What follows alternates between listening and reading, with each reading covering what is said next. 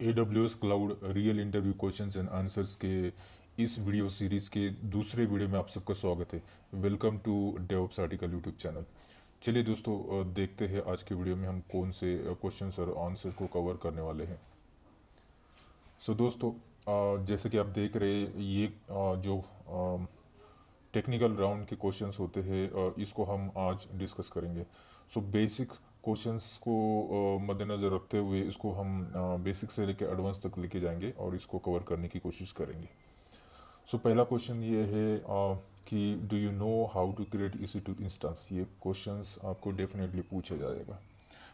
तो आपको पता होना चाहिए कि हम प्रैक्टिकली आपको पूछा जाएगा कि आप EC2 इंस्टेंस कैसे क्रिएट करते हैं, आप करके दिखाइए। तो आपको कंसोल दिया जाएगा रिमोटली, आपको मे बी फिजिकली, और अगर आपका इंटरव्यू रिमोटली हो रहा है तो आपको AWS का कंसोल दिया जाएगा, वहाँ पे आपको एक्सेस दिया जाएगा और आपको बोला जाएगा कि आप EC2 इंस्टेंस को क्रिएट करके दिखाएं।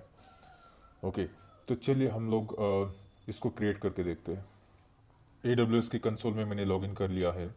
हमें EC2 इंस्टेंस क्रिएट करना है, तो हम सर्विसेज में जाके, कंप्यूट में जाके, यहाँ पे हम EC2 का सर्विस सिलेक्ट करेंगे। ओके, और उसके बाद यहाँ पे लॉन्च इंस्टेंस पे क्लिक करेंगे। इंटरव्यूअर अगर आपको पूछता है कि स्पेसिफिक रिसोर्सेज को लेके आपको EC2 इंस्टेंस बनाना है, तो आप वैसा उनको पूछ सकते हैं और अकॉर्डिंगली आप EC2 इंस्टेंस को क्रिएट करने के लिए स्टेप्स को फॉलो करेंगे। और अगर नहीं पूछता है तो आप अपने वे से जाकर किसी भी नॉर्मल EC2 इंस्टेंस को सिलेक्ट करने के लिए जो भी चीज़ें लगती है वो आप फॉलो करें। जैसे कि इस केस में हम अभी अमेजॉन लिनक्स सेलेक्ट करेंगे, नेक्स्ट पे क्लिक करेंगे और यहाँ पे हम फैमिली टाइप्स और इसके बारे में डिस्कस करेंगे। मे बी इंटरव्यूअर आपको पूछेगा what is family, what is types, क्या आप इसके बारे में जानते हैं, तो आपको इसका आंसर भी देना होगा, राइट। तो EC2 फैमिली है। जब भी हम EC2 और AWS क्लाउड की बात करते हैं, तो जो भी हम कंप्यूट सर्विस की अगर उसमें बात करेंगे, तो ये सब फैमिली है। T2, T1, T3, these are the families, right, compute families. And इसके अंदर जो आता है वो इंस्टेंस का टाइप है, T2 नैनो से लेके T2 small, medium, large, right.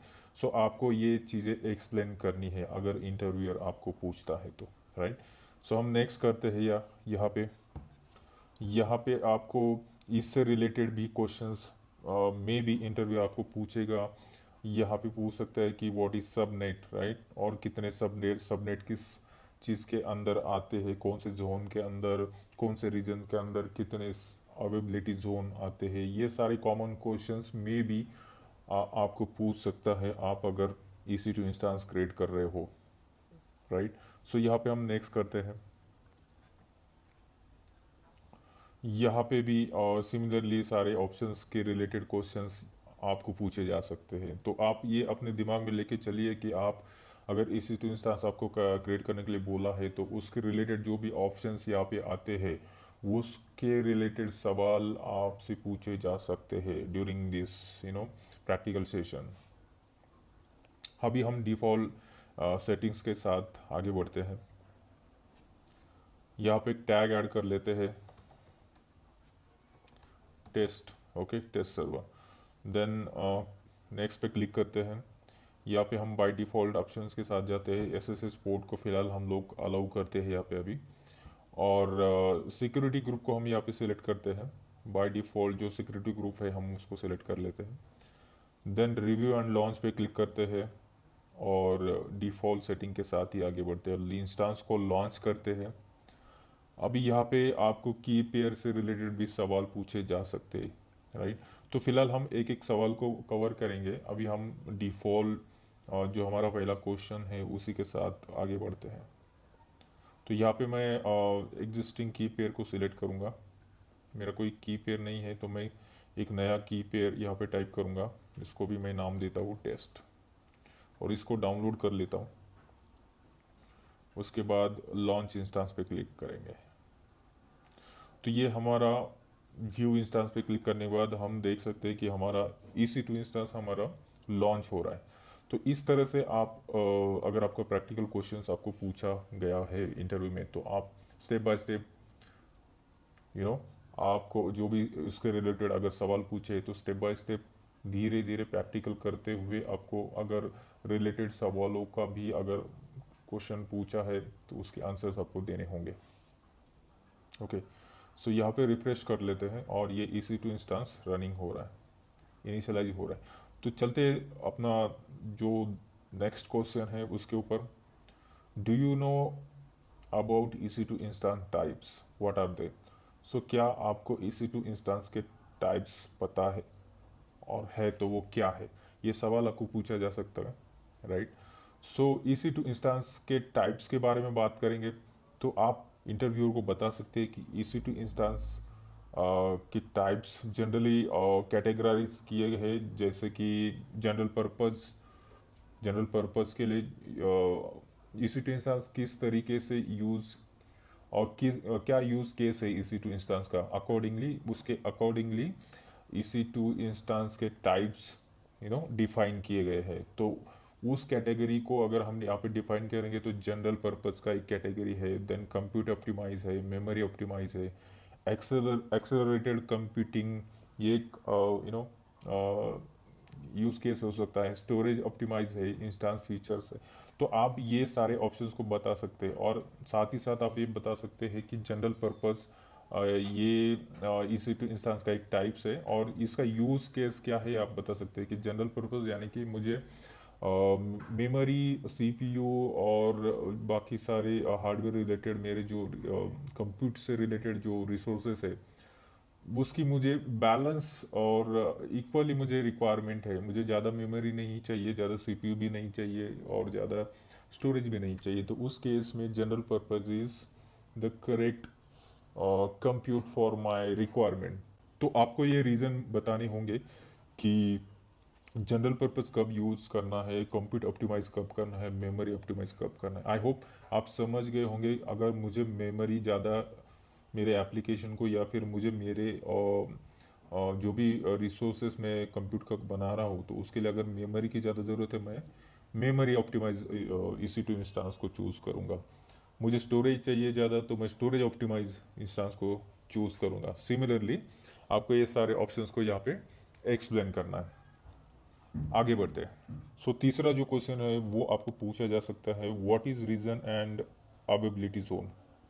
इसी क्वेश्चन को आपको डिफरेंट तरीके से पूछा जा सकता है, वो है do you know the difference between region and availability zone, right? So बहुत ही बेसिक क्वेश्चन है दोस्तों ये, और बेसिक से ही एडवांस लेवल तक जा सकता है। अगर आपका बेसिक स्ट्रांग नहीं है तो आप एडवांस तक नहीं जा सकते, आप एडवांस क्वेश्चंस की तैयारी नहीं कर सकते। सो मेरा रिकमेंडेशन ये है कि आप बेसिक क्वेश्चन कितना भी बेसिक हो आपका वो बेसिक परफेक्ट होना चाहिए, राइट?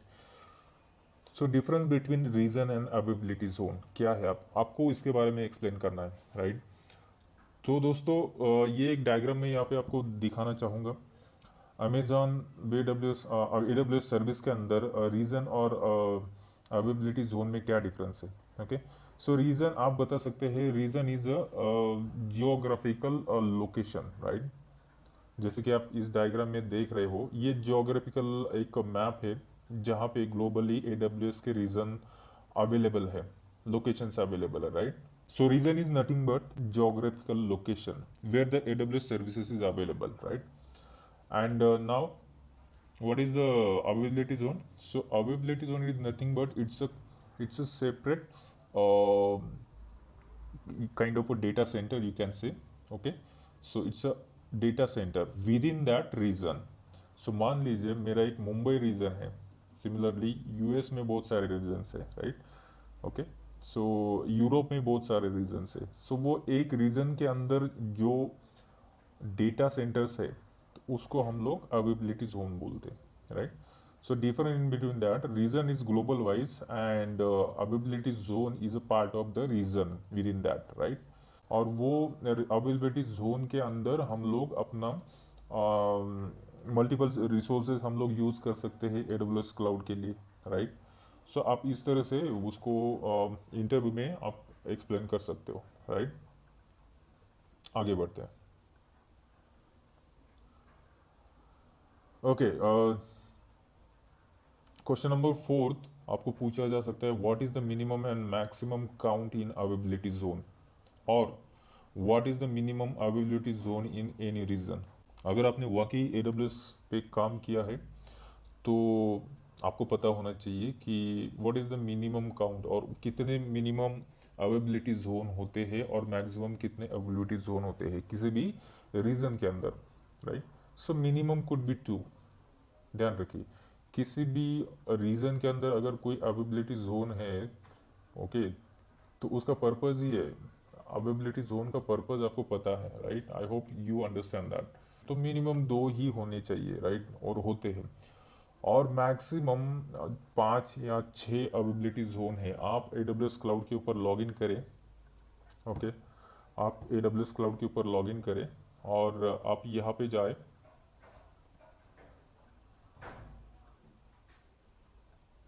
ओके। सो आप ईच एंड आप किसी भी रीजन को सिलेक्ट करें।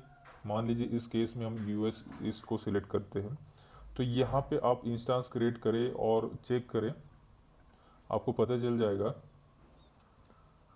किसी रीजन में मैक्सिमम। अभी ये जो रीजन है नॉर्थ वर्जीनिया, इसके अंदर अगर हम देखते हैं तो सबनेट में आप जाए, यहाँ पे देखिए मैक्सिमम अवेबिलिटी जोन आप देख सकते हो 6 है, 6, ओके, 1 2 3 4 5 6, और minimum could be 2, right. So आपको आंसर्स मिल गया, right.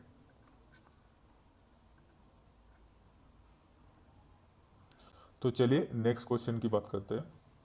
Can you please explain about VPC subnet, VPC and subnet.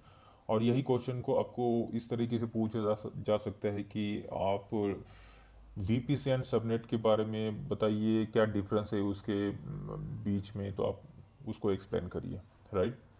तो ये सवाल आपको पूछा जा सकता है, तो आपको VPC और सबनेट के बारे में पता होना चाहिए, राइट।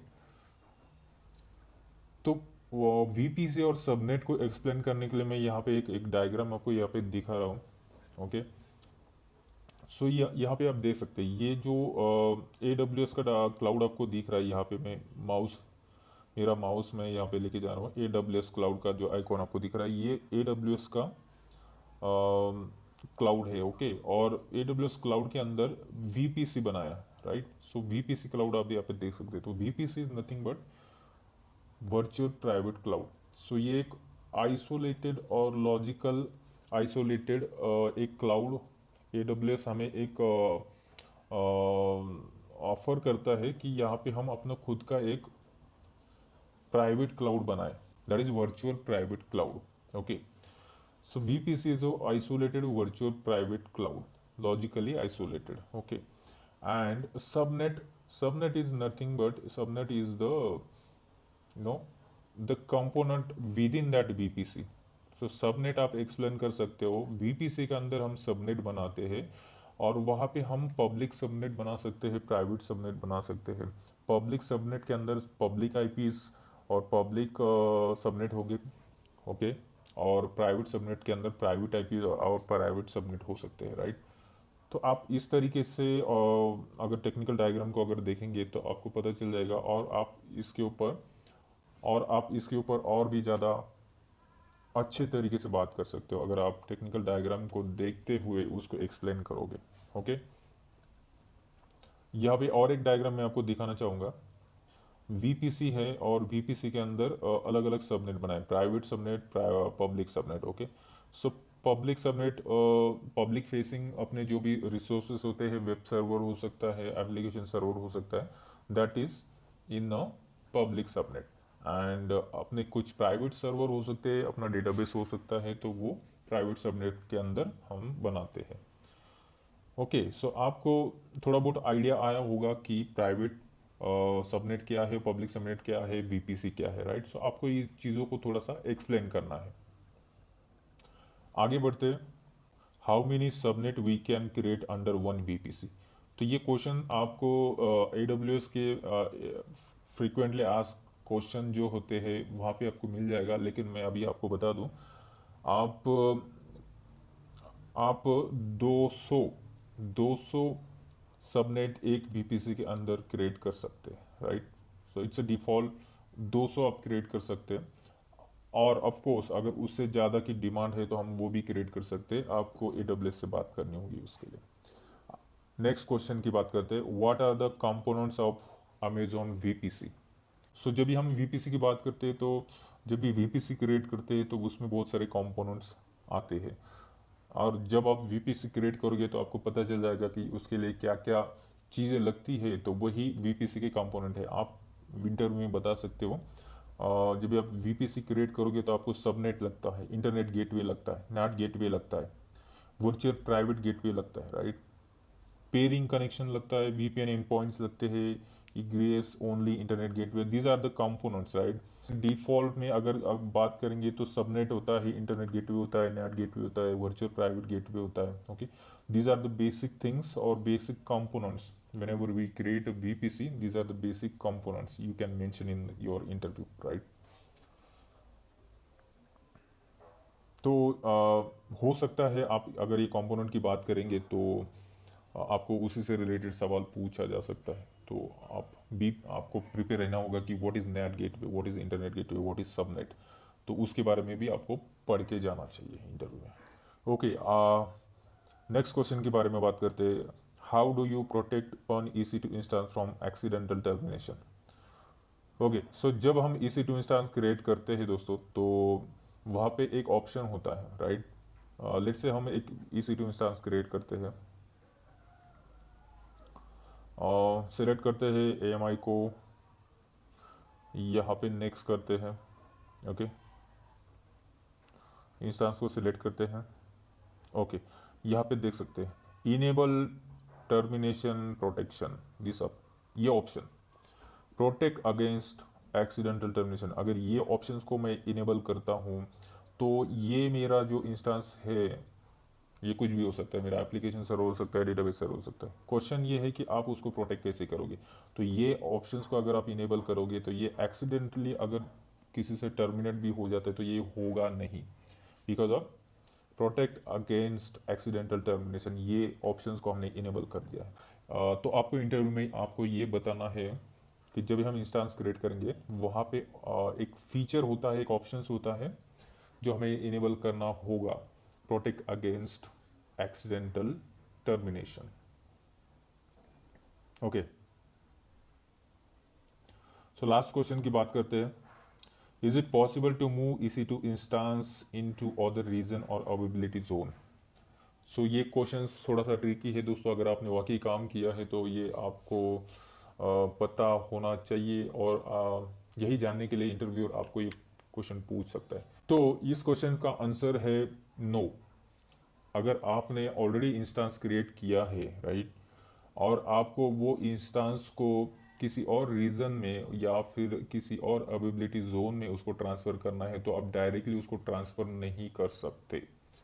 ऑफ कोर्स उसके अलग तरीके हैं, आप उसको इंटरव्यू में बता सकते हैं कि it is not possible if there is a already created one instance and you want to move that, it is not possible directly move that instance to another region or another zone, but still we can do that by doing, or we can create a image, okay। आपको वो image create कर सकते हैं, और वो image को जब हम नए इंस्टेंस को लॉन्च करेंगे, वो इमेज को यूज़ करके नए इंस्टेंस को लॉन्च करेंगे, तो उस टाइम पे हमें जिस रीजन में या जिस अवेलेबिलिटी जोन में उसको क्रिएट करना है वहाँ पे उसको सिलेक्ट कर सकते हैं। तो इस तरीके से हम उसको किसी और रीजन में या फिर किसी और अवेलेबिलिटी जोन में उसको ट्रांसफ़र करा सकते हैं, लेकिन directly it is not possible, आप ये इंटरव्यू में बता सकते हैं। सो दोस्तों, मिलते हैं नेक्स्ट वीडियो में, और अगर वीडियो आपको अच्छा लगा तो लाइक करिए, शेयर करिए। मिलते हैं नेक्स्ट वीडियो में। Thank you so much.